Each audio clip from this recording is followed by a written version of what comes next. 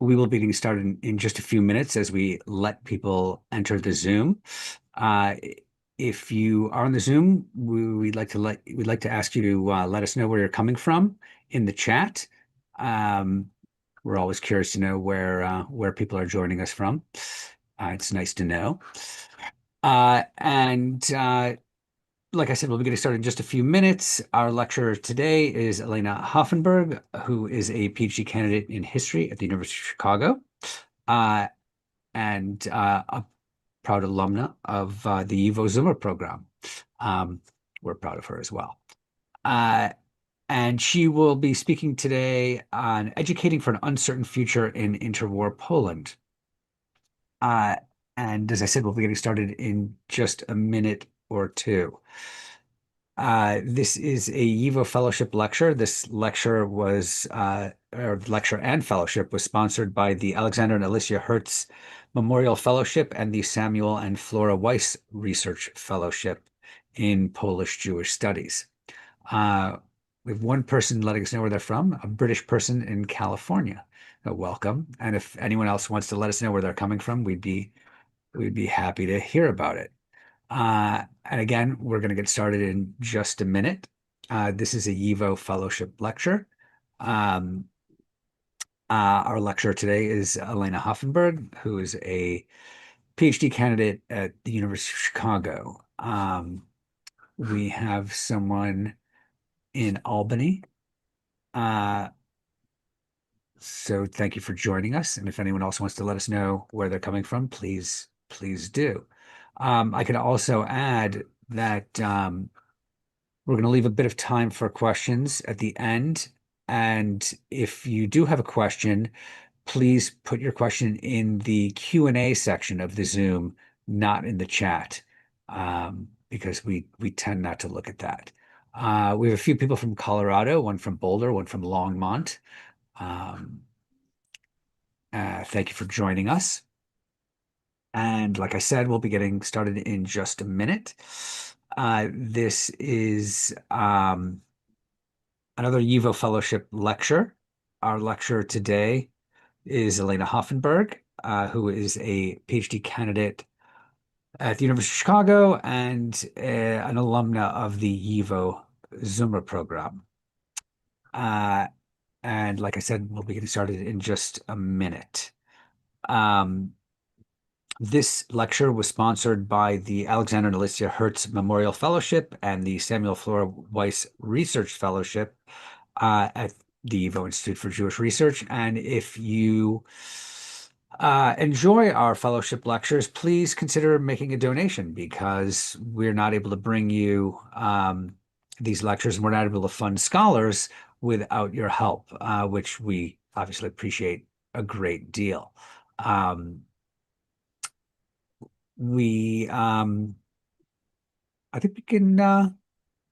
think we can begin. So now this is my formal introduction.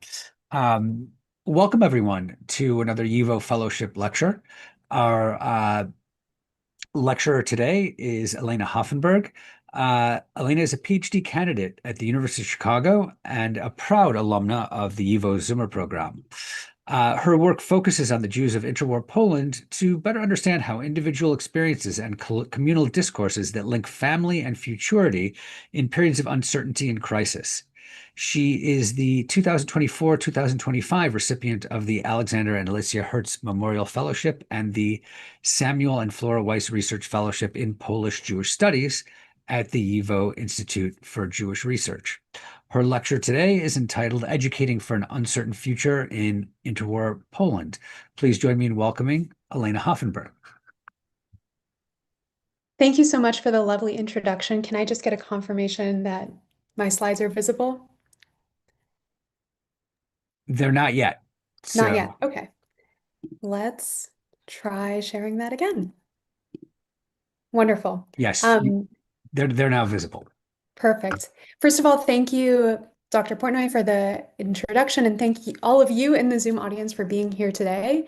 I want to especially offer my gratitude to Dr. Portnoy of YIVO and to the reference staff of the Center for Jewish History Reading Room, including Kasia Kishauer, Ella Jordan-Smith, and Bear Smith, who made my research possible before, during, and after my time on site in New York.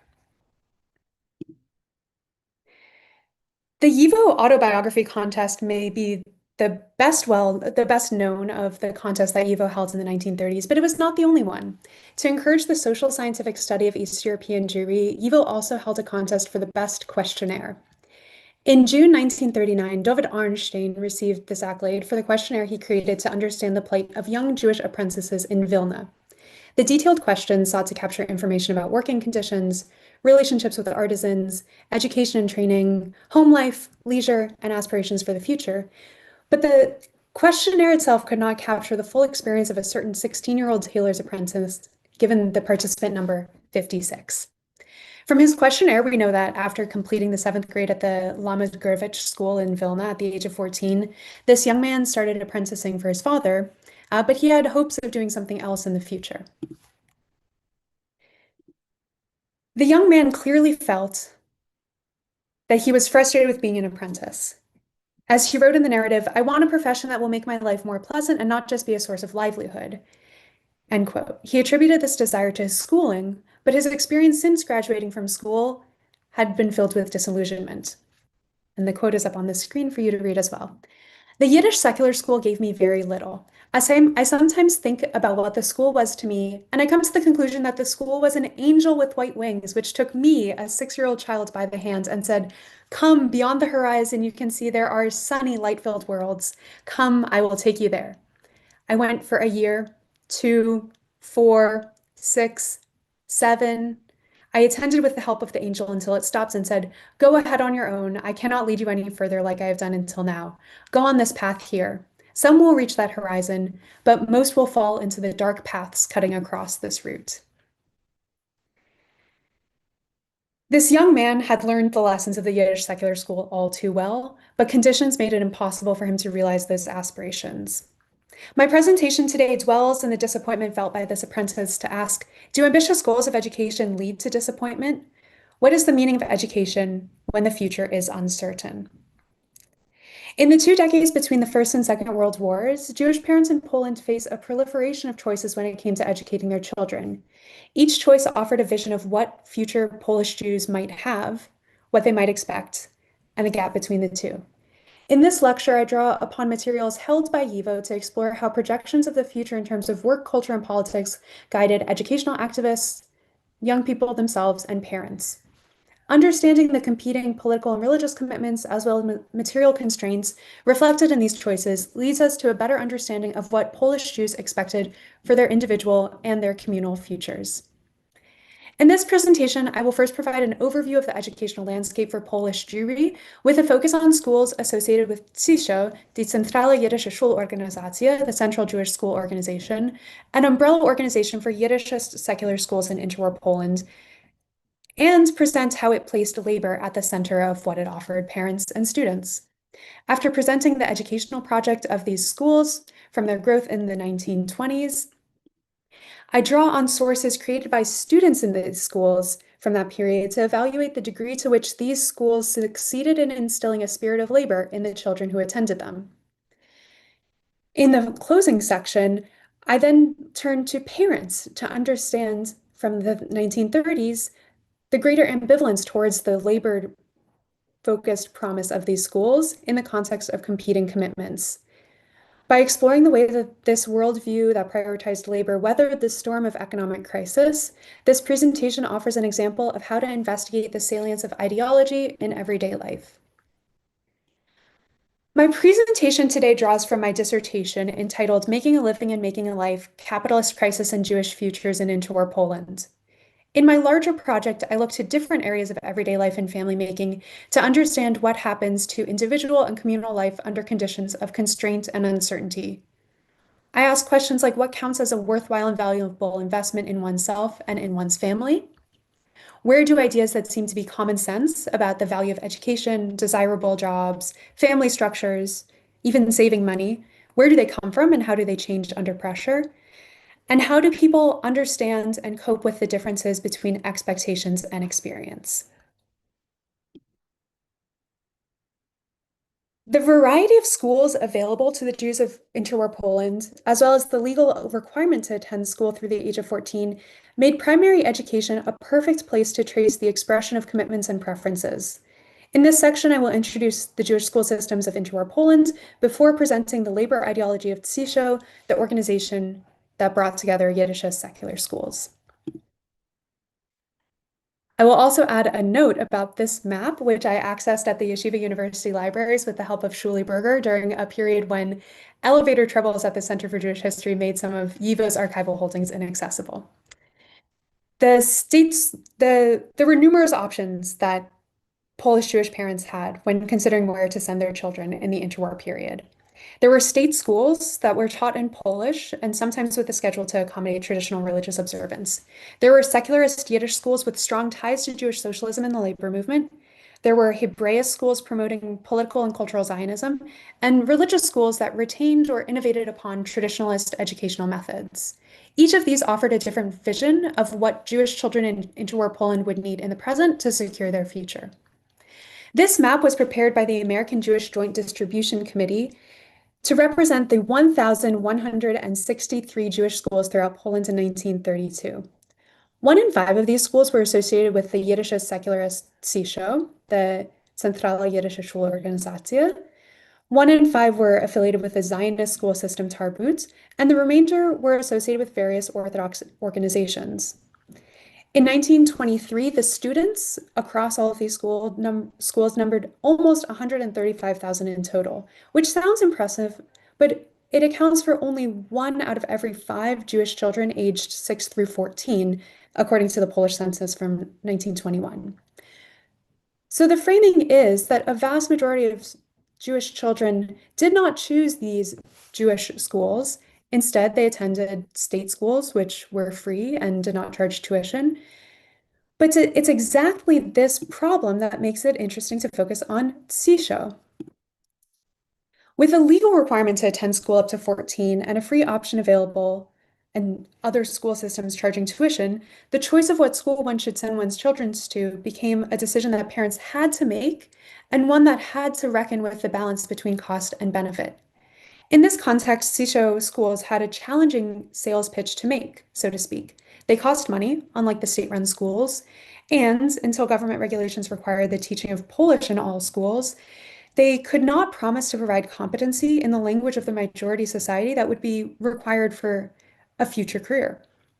Unlike the Hebraist Zionist school system, TSYSHO schools also couldn't offer the promise of an exit from Poland through the tangible benefits of proficiency in Hebrew and an affiliation with Zionist organizations, or even through cultivating an affinity for Palestine as one of the destinations remaining open for Polish Jews in the context of increasing immigration restrictions elsewhere. Traditional religious schools offered their own sense of value through theology, but TSYSHO had to contend with its economic cost without rejecting a worldview that prioritized cost and benefit influenced by historical materialism. In this context, as I will show, labor emerged as central to how TSYSHO articulated its values to students, members, and other supporters. YIVO's extensive collection of printed and archival materials relating to TSYSHO provide perfect evidence to demonstrate the centrality of labor throughout its existence. In 1921, when TSYSHO was founded, the organization published a pamphlet, which you can see on the left here, about the, quote, new Jewish school that sought to distinguish it from other types of schools that parents could consider. The Cheder, as the most common form of primary Jewish education, was its prime target of critique, and the critique was as such. Regardless of his occupation, a merchant, worker, clerk, or an intelligent professional, it is all the same. There's great competition from members of the surrounding peoples, and in this life, war is the only one who can win is he who is best prepared and sent into the world with a fully developed understanding.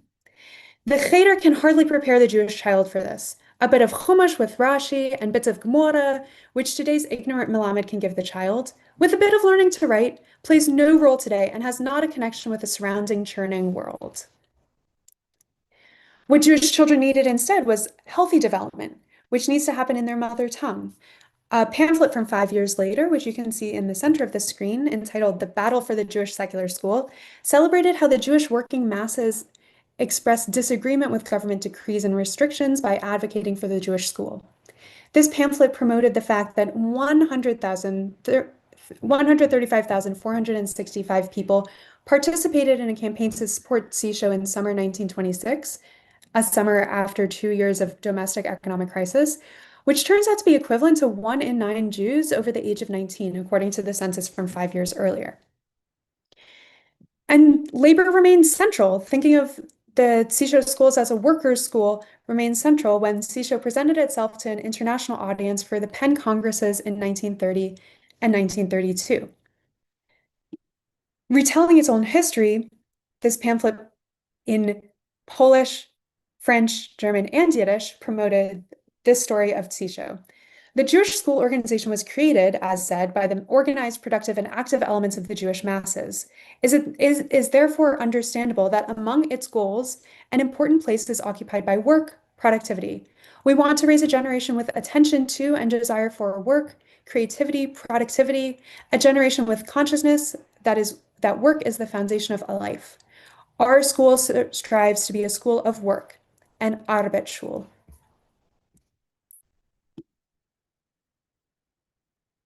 The centrality of work for this school system should hardly be a surprise. Scholars such as Miriam Eisenstein, David Fishman, Shimon Frost, Jack Jacobs, Magdalena Kozłowska, Yu Nishimura, and Anna Shiba have demonstrated the close ties between the Jewish labor Bunds and TSYSHO. As a note, there's undoubtedly more to learn, especially with the Bund archives digitization project underway at YIVO, and I very much look forward to diving into those files and learning what other people find when diving into those files. Other recent work on youth, children, and childhood in the study of the Jewish past has emphasized the importance of material for children as sites of reckoning with ideas. In the hands of scholars, this has often meant either studying writings for children or by former children about their childhood. Studying literature written for children, as Miriam Edel does in her recently published monograph, and the numerous contributors to the edited volume Children in Yiddish Literature do, foregrounds questions of authorship, genre, expectations, and reception. Reading writing by children, as I do in this presentation, offers an opportunity to evaluate how those ideas are taken up.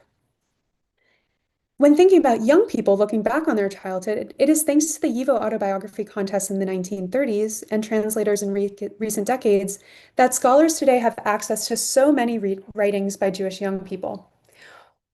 While scholars such as Gershon Bacon, Ido Basok, Alina Tsawa, Daniel Heller, Kamil Kirk, and Kenneth Moss use these sources to understand how young people experienced the 1930s, many of these autobiographies begin with the earliest moments in childhood, including, predictably, attending school in the early 1920s. Focusing on literature or the writings of young people about their childhood, these studies find ideology to be quite powerful in explaining the aesthetic and personal choices documented in these texts. By incorporating writing by school-aged children themselves and integrating the perspectives of parents into decisions about schooling, made possible through working with sources unique to YIVO through this fellowship that I received, my research offers a view of education in which ideology plays a more ambivalent role than suggested from the sources of political activists at the time or young people looking back in time. TSYSHO activists positioned the school at the vanguard of the struggle for labor in Jewish Poland. This section looks to children's reception of and reaction to these ideas from school publications in the 1920s that provide a contemporary glimpse into the intellectual and cultural world of primary schooling in these Yiddish secularist schools. These sources reveal that while students did embrace the ideals of work and labor at the time in symbolic ways, school itself was cast as an area of life protected from economic pressures and devoted to play and sociability. It was not that school is a workshop in anticipation of the workshop of the future, but school is something else entirely. These journals are handwritten, copied by hectograph, colored by hand. Some are typewritten, some are printed. The journals are in a combination of Yiddish, Hebrew, and Polish. And as a note, there are often stamps on these copies held by YIVO that include the names of Zalmers, the people who collected material to send on to YIVO, which can also help us understand these physical items in networks of local schools and other institutions. It is nearly impossible to know how representative this collection might be. This collection is found in two different folders in in a collection of pamphlets known as the Vilna Collection within the Yiddish Library. First, there's the question of creation. Of all the schools that existed or all the schools that were attended by Jewish children, just how many of them published student journals is a difficult question to answer. Of those, how many printed enough copies or sturdy enough copies that they would survive to be collected by someone and then sent on to YIVO? And then the question as well of how many of those issues that ended up in YIVO before 1939 survived the displacement and destruction along the path traveled by YIVO's collections after 1939. By virtue of its creation through contributions of Zalmer's through YIVO, this collection probably has a bias towards overrepresenting Yiddish language and secularist institutions, thus leading to an overrepresentation of TSYSHO schools. But that is not unique to this small section of YIVO's vast libraries and archives in particular. And while some of these journals are from Vilna and others from towns in the region, many do come from Warsaw, which was home to TSYSHO's central office. In the pages of these journals, we can see the world through children's eyes.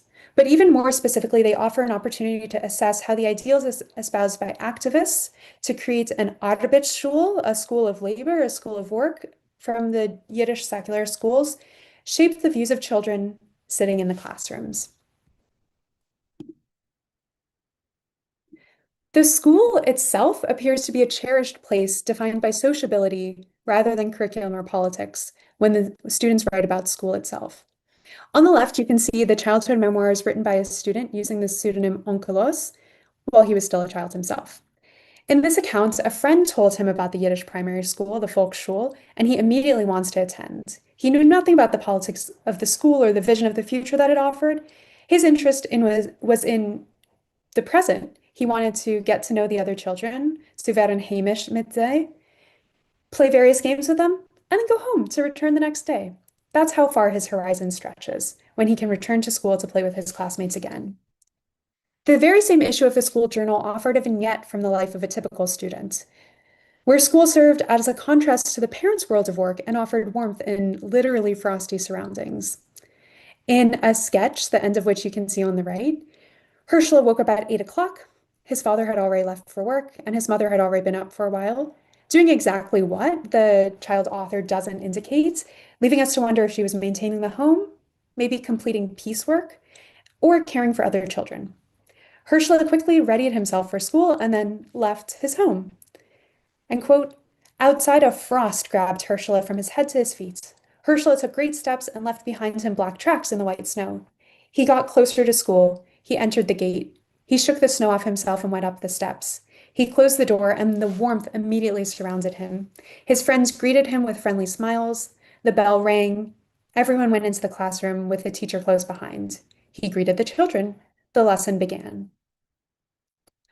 While it's easy to take this as at face value as a literal representation of what happened to little Herschel when he arrived at school, I want to offer that this also gives us an insight into what was important for the child author. School is about the warmth of classmates, not a place of learning even, or a place to practice the kind of politics that they might be learning at this time in their life. School was quite literally a shelter from the cold. But labor does factor into other pieces written by children in these journals. Their writing demonstrates the influence of ideas about labor on how children saw the world of work. This poem, In the Forge, exemplifies an approach to work and especially productive craftsmanship as something worthy of attention and celebration. But the child's choices in writing and the illustrator's choices in illustration emphasizes how this was a relationship of idealization and abstraction rather than realist representation. There, close by in the cellar, in the deep valley, the clang of hammers rings out on the red-hot iron. In this way, iron is forged from morning until night. Working in a hurry, machines are made. Sparks fly from all sides, burning holes in the blacksmith's clothes, there in the cellar where it is always dark. Again, this represents production as a passive process. Iron is forged, machines are made. It is not that the worker is at the center. The worker hardly appears, the worker's clothes appear. And the illustration also introduces another layer of nuance to this. The blacksmith is central here, but the anvil stands unused. And what is the blacksmith holding? Not a hammer, but a flag. This is about the abstraction and idealization of labor rather than the realistic depiction of work. Another charming poem from the same issue imagines working as a cause for pity. This poem considers the woman who works selling soda water to support her family. I stand in my soda stall, wearing myself out all day, all night and day. Almost everything is sold, and yet there is no pay. The poem concludes, in my heart, I hide the troubles and pain. I pinch my cheeks so they have color again. It was not enough that her family was going hungry. She also has tuberculosis. And just as the soda water seller tries to decorate her stall to attract more customers without any luck, so too does she try to present a more attractive, as in less sickly self. Here, this poem doesn't valorize the woman's entrepreneurial efforts to support her family, or even her efforts to avoid relying on charity through this simple act of selling. Instead, in simple rhymes, the child depicts the woman as in need of pity, contrasting men's work and women's work, artisanship and petty trade, production and consumption. These two pieces show the valorization of the former and the sentimentalization of the latter as part and parcel of what these children were learning in der Arbeitsschule, in the school of work. But of course, labor was not the sole topic of children's writing. It is a significant through line in writings on different topics. This single page from from the May 1921 edition of Das Sterndl, the journal published by the students of the elementary school number 3 of a Jewish school union in Warsaw, brings together themes that I saw throughout reading many of these journals published by Jewish secular schools. From top to bottom, we see a brief vignette written by Malkele of the 5th grade about the 1st of May, a labor holiday par excellence. A poem about a shoemaker by her classmate Gela Scheckstein, who herself was the daughter of a shoemaker who would go on to reach some artistic acclaim in her adulthood by the eve of the Second World War, and whose works created in the Warsaw Ghetto were preserved in the Unig Shabbos archive. We also see a poem about the moon from Goldwasser in the 4th grade, and a poem about an orphan by M. Kesselgrub in the 5th grade. Taken together, what can we understand about the world of work as seen through the eyes of children? Politics became a site of slogans, ritual, imagery, icons, and abstraction of labor. Work is present in the concrete sense of specific professions. The orphan here is an object of pity for the children who are able to attend school, specifically because orphans without parents need to work to support themselves to avoid relying on charity. But yet I also want to emphasize the fact that there was space on this page, literally and metaphorically, for children to look at the moon and consider what it represented. School was not entirely a place where children either were socializing with friends, finding shelter from the storm, or a place where they were being indoctrinated or introduced to a world of work and politics. But this was also a place where children were developing aesthetic sensibilities, learning to appreciate the natural world and its beauty in a place that offered some shelter, not just from a stormy weather, but the pressures of the market and politics. The early 1920s were a time of expansion and growth, with the establishment of TSYSHO as an umbrella organization and the creation of numerous affiliated schools throughout Poland. By the 1930s, however, the school system faced greater challenges in attracting students. This section draws on interviews with parents who sent at least one of their children to Yiddish secularist schools, conducted by a YIVO researcher in the mid-1930s, to understand what motivated parents to send their children to Yiddish secular schools. The economic element, both in terms of the affordability of tuition and the ideology of labor offered by these schools, was just one factor among many. The domestic economic crisis in Poland of 1924-25 and the Great Depression of 1929 eroded the material foundation for Jewish life in Poland, making it difficult for parents to afford tuition and drawing communal resources away to other needs. At the same time, the growth of tuition-free Polish state schools over this period, including schools with schedules that accommodated Sabbath observance, meant that there was a free option that had growing appeal, all the more so as the state continued to deny subsidies to Yiddish secular schools.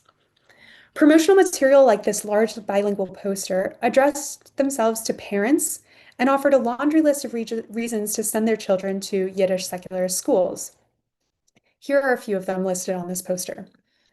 So the child would feel as comfortable at school as they do at home in their mother tongue, so that the child will develop in a healthy and independent way, so that the child will know, quote, our literature and culture, close quote, so that the child will love work and be able to lead a productive life, so that the child will know various school subjects well, and so that the child, or really the parents, will be able to fulfill the state school attendance requirements.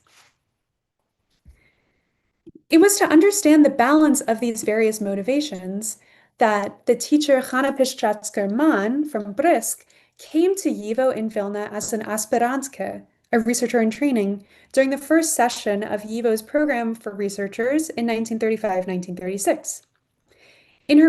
She came with the intention of carrying out interviews with parents to understand why they choose one type of school over another for their children. In her research plan for this project, Piszczatsker-Mann explained her motivation for the work as follows.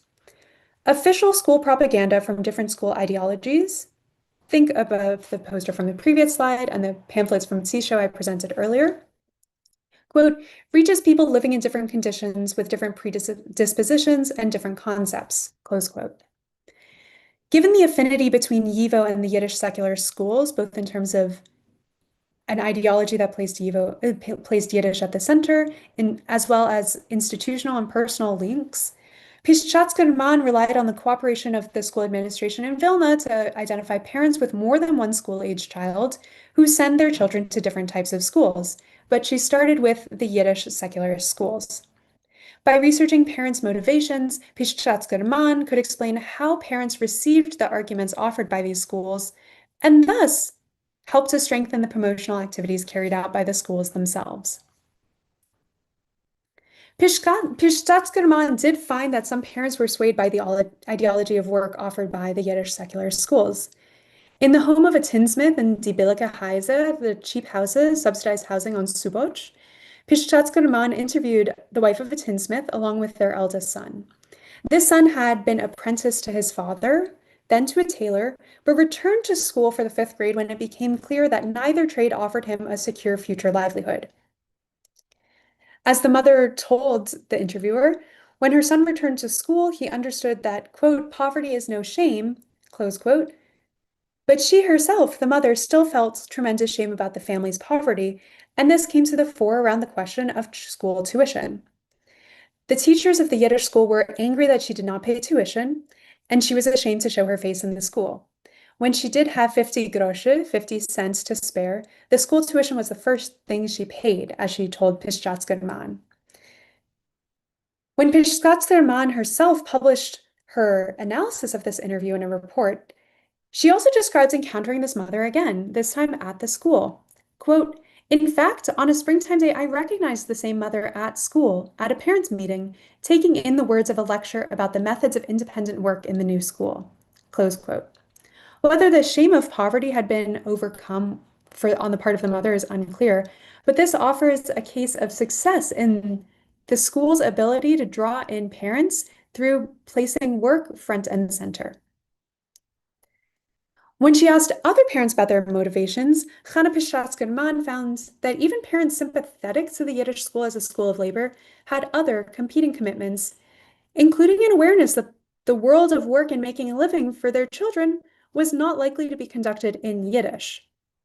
For one leather shoemaker, it was important for him to send his children to a Yiddish secular school because, as he told the interviewer, he is a Yiddishist and a worker, and his children will be workers too. So, quote, what they need is a primary education in their language, close quote, which meant Yiddish.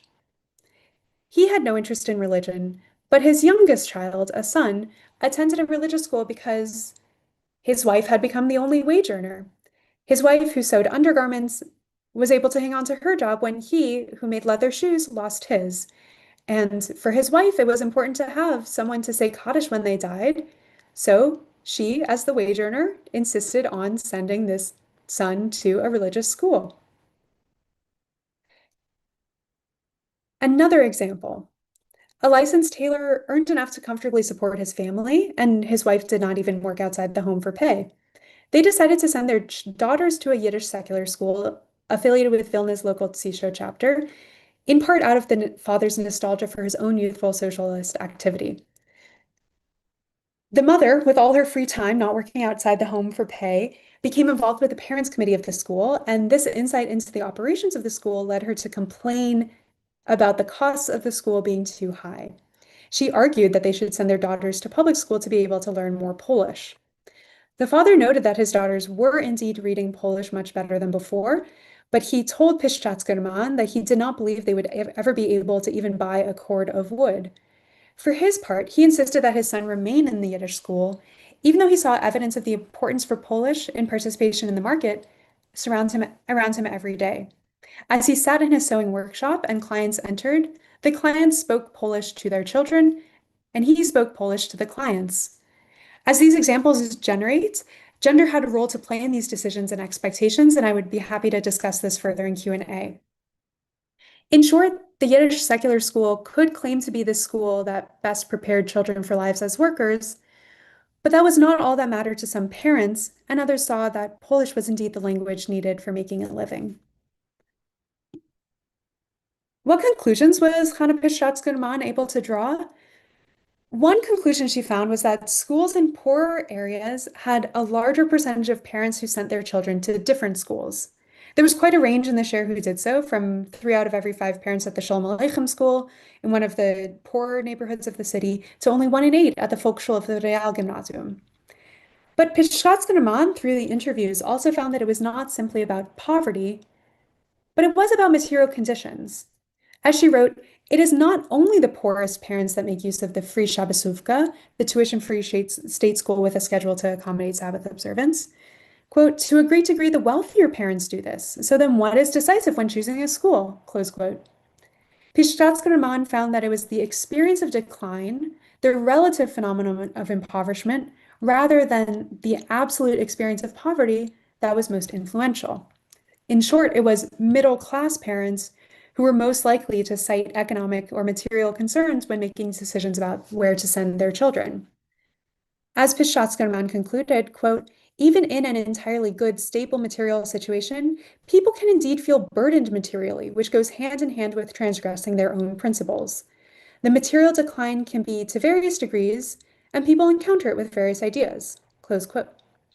Even the parents who may have been sympathetic to the labor messaging of the Yiddish secularist schools, consider the license Taylor discussed above doing well enough that his wife did not have to work outside the home for pay, saw that the world in which their children would need to make a living was not the same in which they themselves had grown up.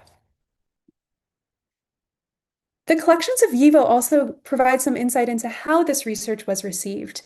Meeting notes from discussions of Hanna Piszczatska research capture how these parents' responses and her interpretations were received by other researchers. Work on YIVO itself, especially the authoritative book by Cecil Kuznets, has already established that there were significant influences of Bundes commitments among the many people affiliated with YIVO as a Yiddishist and diaspora nationalist, yet still trying to be politically neutral at certain times institution. The discussion of Piszczatska research gives an insight into the contemporary understanding of the meaning of education from people deeply invested in supporting Yiddish secular education. As Max Weinreich remarked during one discussion of Hanna Piszczatska reports, there had not been nearly enough research into Jewish schools. And research was needed because previously it had been argued that Jewish parents set their children to Polish schools for material reasons. Quote, the path of Pat, Mendelssohn, Kazdan is not always a good one, close quote.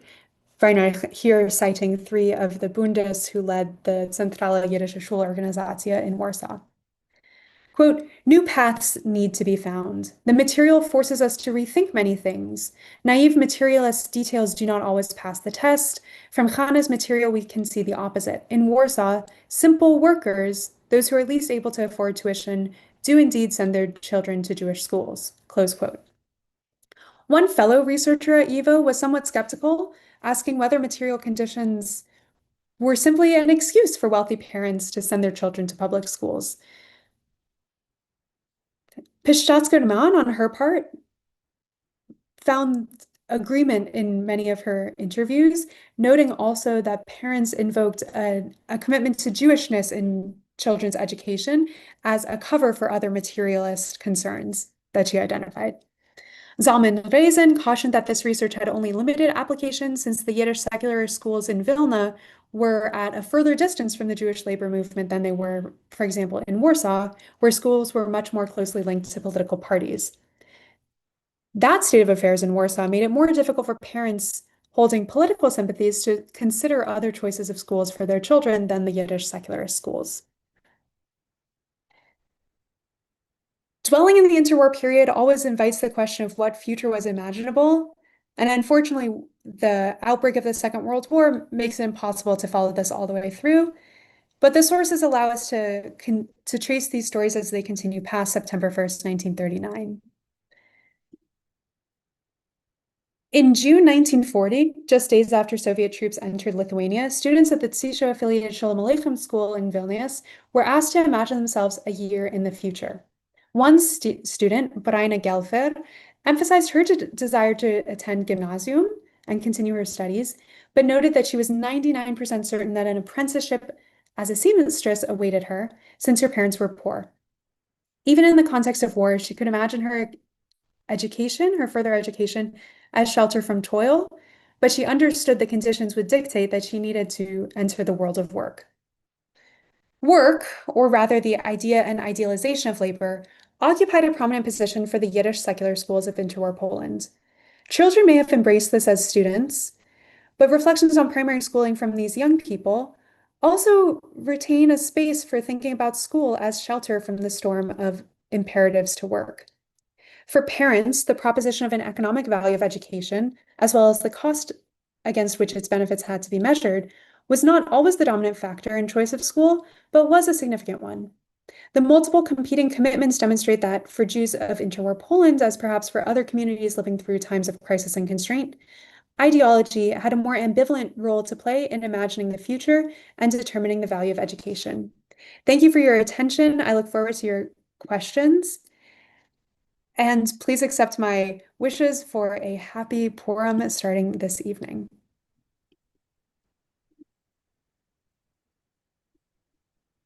Thank you so much, Elena. That was really fascinating, and really made fantastic use of the Evo archives, um, and a wide array of it.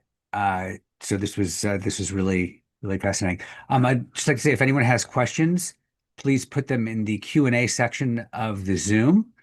We already have a few, but please put them there and not in the chat. Um, I'm gonna ask a few questions of my own that I'm curious about as I was listening to you. Um, you you mentioned, I think, that about 20% of Polish Jewish children were in Jewish schools, give or take, I guess. And you also mentioned sort of a fairly wide array of the types of schools that they were in, whether a variety of different religious schools that were available, TSYSHO schools, and uh, the variety of Zionist schools as well.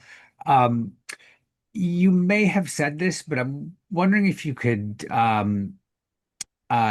talk a bit about the percentages of Jews who went to those different schools, to specifically Jewish schools, because I'm curious about that.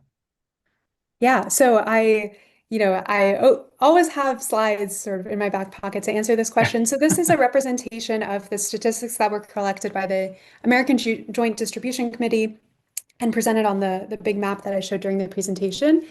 And you can see in the outer circle the proportion of schools and the inner circle the proportion of students distributed between Hebrew, Orthodox, and Yiddishist school systems. You can see that the Hebrew schools, the Zionist schools had slightly larger classes. They had fewer, like the proportion of students is larger than the proportion of schools. Yiddishist school is the opposite. It's a little bit smaller proportion of students compared to the proportion of schools. And the Orthodox schools and students made up more than 60%. I'm sorry. Did you just put up a slide Yeah, for? are you able to see No, we're it? not able to see the slide. Oh no, Sorry okay. about that. Oh, there we are. Now we can see How it. about Now we can see now? it. Great. Yeah, Okay. good. Thank you. Sorry. So I'll say this again. About a fifth of schools belonged to the Yiddishist movement. A slightly smaller proportion of students attended those schools. About a fifth of schools belonged to the Zionist Hebraist movements. Slightly more than a fifth of students attended those schools, and then a little bit over 60% of both schools and students belonged to Orthodox schools, which ran the gamut from religious Zionist organizations to the traditional unreformed Cheder. These proportions remained somewhat steady over the interwar period, but the overall pie shrank as the as state support for state-run Polish schools that could accommodate religious observance of Jewish students expanded. Um, so this is, again, when I'm talking about TSYSHO, I'm not necessarily talking about, definitely not talking about a majority of Jewish children, much less a majority of the Jewish children in interwar Poland who attended private Jewish school systems. But the TSYSHO system is a good place for thinking about the role of labor and work in the choice of what school to send one's child to, because they were schools that charged tuition. So there was a cost associated with any perceived benefits on the part of the parents or the students of sending their children there. Right. And I'm curious about this issue of labor as sort of a topic of instruction. Um, I'm wondering if, obviously TSYSHO is, more or less a Bundrun school, although to my understanding, Linke Polition, the left labor Zionists, also participated at some level. Maybe you could also talk about that a bit. But I'm also wondering about, these assignments. I guess to some degree they're, part of the curriculum, but how much of, the poems that students choose to write or the, little memoirs that they choose to write, are these teacher guided? Are they student, are they parent guided? Who's I mean, maybe you don't, maybe it's impossible to know, but I'm just curious if you do know anything about it. Yeah, I mean, it's thanks to YIVO Archives that I have any sort of sense of how to answer this question because when one goes digging, one can find school notebooks that contain Yeah.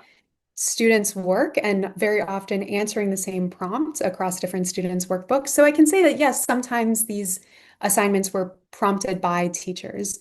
So for the example where I ended from June 1940, the students were asked to imagine themselves a year in the future. There are other examples where students are the ones providing those prompts. I didn't include it in this presentation because um, for the interest of time, but there's a wonderful series of vignettes that were then collected as a book, published by Tzvi Tarlowski, who was a teacher, a labor Zionist activist in Poland's eastern border region, and he worked in a small town's Hebrew school, and he opens this series of dispatches from the classroom by presenting an instance where he gave the children free rein. You can write about whatever you want, but this is going to be a practice in democratic decision making. So, students, you will each propose a topic, and then collectively as a class, we will vote, and that's what you will write about. And the students unanimously chose to write about what they want in the future. And he, as a labor Zionist, reports on this with dismay that all the students wanted to become wealthy. Uh, he cites 5 examples in his first installation in this column. One wanted to go to Palestine and open up a factory, not to work in, but to own. And another one just wanted to go to the United States.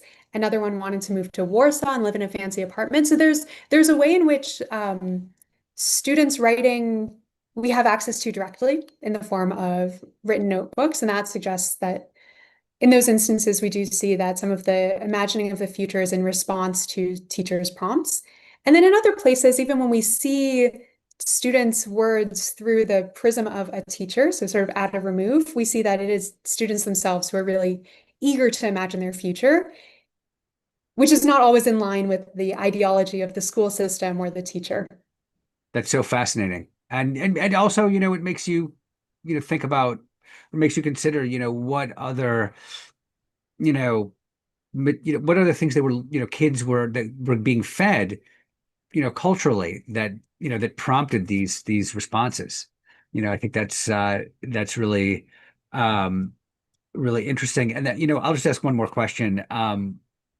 But before we get to the audience questions, but other than labor, were you able to discern, you know, certain other topics that dominated it or that were of interest?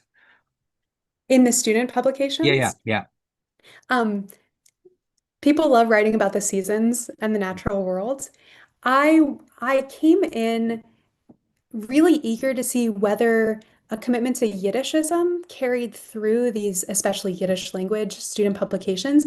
And I did not find so many poems that are sort of celebrating the Yiddish language in the way that I have come to expect from adult poets who are writing in Yiddish in the interwar period, and very often sort of doing so intentionally to celebrate the language. For these students, this is just simply the language that they're learning in school. It's the language they speak at home, but it's not necessarily a language that they are actively choosing in the same way that a generation older may be. Um, yeah, and your earlier comment, the question of the influences on these children's ideas of what success looks like, Right. what wealth looks like. There's a whole story to be written about popular culture and the way that popular culture, in some ways, respected linguistic boundaries in interwar Poland and in other ways had no patience for them. And so I think that these students are getting not just specifically Jewish ideas about wealth and having a good life and success, but they're living in a world that's dominated by the Polish language and Polish culture. And so of course there are other sources for their ideas. Right. What movies are they seeing? What Right. magazines are they reading? All of this. Right. Okay, so let's get to some audience questions. We sort of know this, but maybe you could discuss a bit about who the founders were of this school system and how they were involved. Yeah, it's a great question in part because the list seems to grow and grow over time. So the documents from the early 1920s have a certain list of people who were involved in the who founded the school system or who are credited with founding the school system. And then when it comes time for TSYSHO's 10-year jubilee, there's an even greater roster of people who founded the school system or who were involved in the celebration of it. There is significant overlap with Bundist leaders. Benish Michalevich is one of the most prominent figures of TSYSHO, and he was an activist who was with the Bund from very early on. He sort of came of age in the late 19th century in the Russian Empire's western borderlands in a Jewish small town. And his memoirs, which were prepared for children, published in sort of children's versions by TSYSHO, tell this story of his own political awakening through his close relationship with the Boons. And then when he dies, I can't remember exactly the year, but it was, I think, in the early 1930s, TSYSHO students throughout Poland commemorated his death with performances, with writings. So there is a way in which TSYSHO and the Bund were very closely connected, not just through these ideas about the centrality of labor and work, but also through strong personalities. Right. This question is from Joseph Levin. From what age did students go to high school in the 1930s Poland, and were there school fees for Polish secular high schools? Yeah, these are great questions. I would need to double check to make sure I am not mistaken on the exact age. From working also with the YIVO autobiographies, I know that many times these students started studying in high school around the age of 14. Sometimes they entered in the first grade of the high school, sometimes they were able to enter in the second grade. And there were definitely school costs, if not school fees, even though many Polish state schools did not charge tuition, there was still the requirement to buy school books, to sometimes pay for supplementary lessons, as well as to buy uniforms and the hats that distinguish students from different schools. So it's not as if any of these schools were truly free, but they definitely had different cost levels. And then we have a question from David Fisher. Do we know something about the fate of children who are not enrolled in any school, whether Jewish or state-run Polish schools? Were they already working, or some children tied to the underworld? Yeah, great question. Thank you so much, David Fisher. It's a hard question to answer given the sources that exist. So very often these children naturally don't show up um, on the pages of school journals. Where they do show up is through the image of the orphan, who is very often presented as an object of pity and very often defined by their necessity to work. So without parents, orphans have to enter the working world sooner. It is undoubtedly true that a share of the 80% of Jewish children who did not attend Jewish schools were not attending any schools. Bina Gansarska-Kadari has written on the Jewish working class in interwar Poland. Um, and I think she estimates that maybe 10% of Jewish children were not enrolled in any school.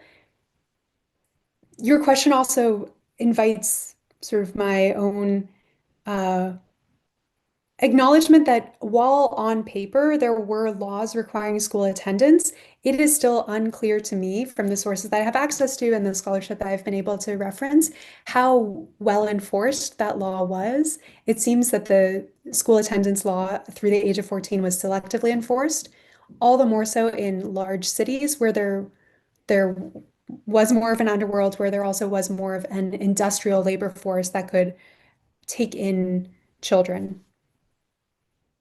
I could just add that another place that children like this show up is in the newspapers, in Yiddish newspapers, where there are articles about crime. I mean, I know that there were, I mean, these were schools, but on more than one occasion, I've come across articles about like pickpocket schools that are run by sort of older pickpockets who are teaching the trade to, kids who are probably like 9, 10, 12 years old.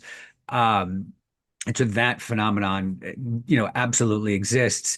And, like Elena says, it's like there's not much documentation about it, but it does appear, you will find things like this in the newspapers. Um, we have a couple more questions. Did free government schools cut into the number or percentage of kids going to religious schools as it cut into attendance at non-religious schools? Yeah, it's a great question. So the free government schools and religious schools were actually able to coexist in a kind of symbiosis in many ways that the free government schools and the non-religious schools were in competition. So let me say a little bit more. The non-religious schools, the non-religious Jewish schools tried to teach both secular subjects and cultural subjects, not religious subjects, but cultural subjects, Jewish subjects. The religious schools they were set up to just teach religious subjects. As Polish legislation over education changed, religious schools were required to teach secular subjects if they wanted to be licensed as full schools. Religious schools were often very happy to just work as supplementary schools. So, what would often happen was that schools, like children, go from the state school to traditionalist religious schools and attend both and sort of have a satisfy the state and satisfy other commitments by attending two schools rather than trying to have one school satisfy all of the commitments and requirements that they might have had. Right, thanks. This is our last question. What were the paths for those Yiddish elementary students after their graduations? As the quote earlier said, the angel could not guide them anymore. Did they apprentice for trade work, or did they go to Polish secondary school? This is a great question to know what their possibilities were and what they might have done afterwards. Yeah, thank you for this question. You've set up a way for me to talk about the other parts of my dissertation where I follow the path out of primary school. And yes, indeed, apprenticing is a common practice. That's another place where we see Jewish children not enrolled in any school. They're doing domestic work. They're working as apprentices as young as 8 or 9. Um, and part of how I know about that is because there was another Yiva aspirant who conducted a survey of provincial youth who came to Vilna, and many of them came in order not to study, but to work. Polish secondary school is an option. There were also Jewish secondary schools. I've done research on the Ort Technicum in Vilna, which was a a sort of crown jewel of the vocational training options supported by ORT in interwar Poland. It was also remarkably a school that was taught entirely in Yiddish. So students were taking physics, electromechanics, engineering, all in Yiddish, which I think has been embraced by the historiography as a sign of, oh, a real commitment to Yiddish, um, and a real sort of symptom of the deep investment in Yiddish that was possible only in Vilna during the interwar period. But my work with the sources that were produced by people who administered the school, by people who supported the school, also demonstrates that it was a school conducted in Yiddish, not because the students only knew Yiddish. Over time, students were increasingly coming from the Polish state schools to the Ort Technicum and needing Yiddish classes in order to be able to attend their laboratory in chemistry, for example. Um, so in answer to this question, there are many paths after Yiddish elementary school for the students who graduated, and comprehensive statistics are difficult to come by, but anecdotally, we know that there are probably as many options as you might imagine: apprenticeship, work, further study in any number of streams. So thank you for the question. And I think it really is helpful to remember that although the administrators of TSYSHO wanted to think that students would emerge from their schools fully formed, ready to work, ready to contribute to the world, to contribute to the Jewish community of Interwar Poland, more needed to be done to ensure these young people would have lives that were meaningful and lives where they could support themselves. Great. Thank you so much, Elena. This is a terrific lecture, and we're so glad that you got the opportunity to work in the YIVO archives. And again, thanks to the Aleksander and Alicja Hertz Memorial Fellowship and the Samuel and Flora Weiss Research Fellowship in Polish Jewish Studies. Again, if you enjoy our fellowship lectures, please consider making a donation because we cannot fund scholars without your help. Thanks to everyone who joined us, and we will see you next time. And thanks again to Elena. Thank you very much for joining.